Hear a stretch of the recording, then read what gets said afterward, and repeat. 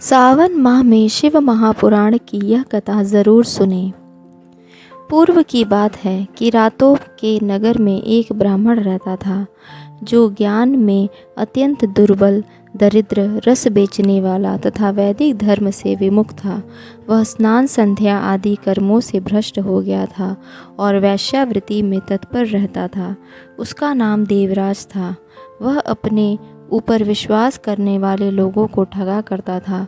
उसने ब्राह्मणों, क्षत्रियों, वैश्यों, शूद्रों तथा दूसरों को भी अनेक बहाने से मारकर उनका धन हड़प लिया था, परंतु उस पापी का थोड़ा सा भी धन कभी धर्म के काम में नहीं लगा था। वह वेश्यागामी तथा सभी प्रकार के आचरण से भ्रष्ट था। एक दिन घूमता घामता वह झूसी प्रयाग में जा पहुंचा। वहां उसने एक शिवालय देखा, जहां बहुत से साधु महात्मा एकत्र हुए थे। देवराज उस शिवालय में ठहर गया, किंतु वहां उस ब्राह्मण को ज्वर आ गया। उस ज्वर से उसको बड़ी पीड़ा होने लगी। वहां एक ब्राह्मण शिव पुराण की कथा सुना रहे थे। ज्वर में पड़ा हुआ देवराज ब्राह्मण के मुखारविंद से निकली हुई उस शिव कथा को निरंतर सुनता रहा। 1 मास के बाद वह ज्वर से अत्यंत पीड़ित होकर चल बसा। यमराज के दूत आए और उसे पाशों से बांधकर बलपूर्वक यमपुरी ले गए। इतने में ही शिवलोक से भगवान शिव के पार्षद आ गए। उनके गौर अंग, श्वेत अंग कपूर के समान उज्ज्वल थे। हाथ त्रिशूल से सुशोभित हो रहे थे। उनके संपूर्ण अंग भस्म से उद्भासित थे और रुद्राक्ष की मालाएं उनके शरीर की शोभा बढ़ा रही थी।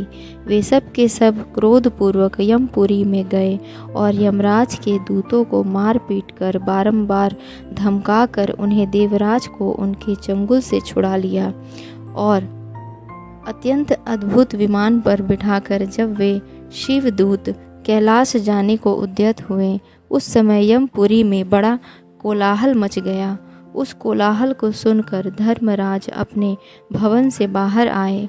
साक्षात दूसरे रुद्रों के समान प्रतीत होने वाले उन चारों दूतों को देखकर धर्मज्ञ धर्मराज ने उनका विधि पूर्वक पूजन किया और ज्ञान दृष्टि से देखकर सारा वृतांत जान लिया। उन्होंने भय के कारण भगवान शिव के उन महात्मा दूतों से कोई बात नहीं पूछी, उल्टे उन सब की पूजा एवं प्रार्थना की। तत्पश्चात वे शिवदूत चले गए और वहां पहुंचकर उन्होंने उस ब्राह्मण को दयासागर सांब शिव के हाथों में दे दिया। शिव महापुराण की महात्मा इतना अधिक है कि केवल इसके श्रवण मात्र से ही पापियों के जन्म जन्मांतर के पाप मिट जाते हैं और वे शिव धाम को प्राप्त होते हैं। शिव पुराण सुनने वाले देवों के देव महादेव की कृपा के पात्र बनते हैं। हर हर महादेव। दोस्तों, यह जानकारी आपको कैसी लगी कमेंट करके ज़रूर बताइएगा। यदि आप हमारे चैनल पर नए हैं तो चैनल को सब्सक्राइब ज़रूर करें और वीडियो को लाइक शेयर कमेंट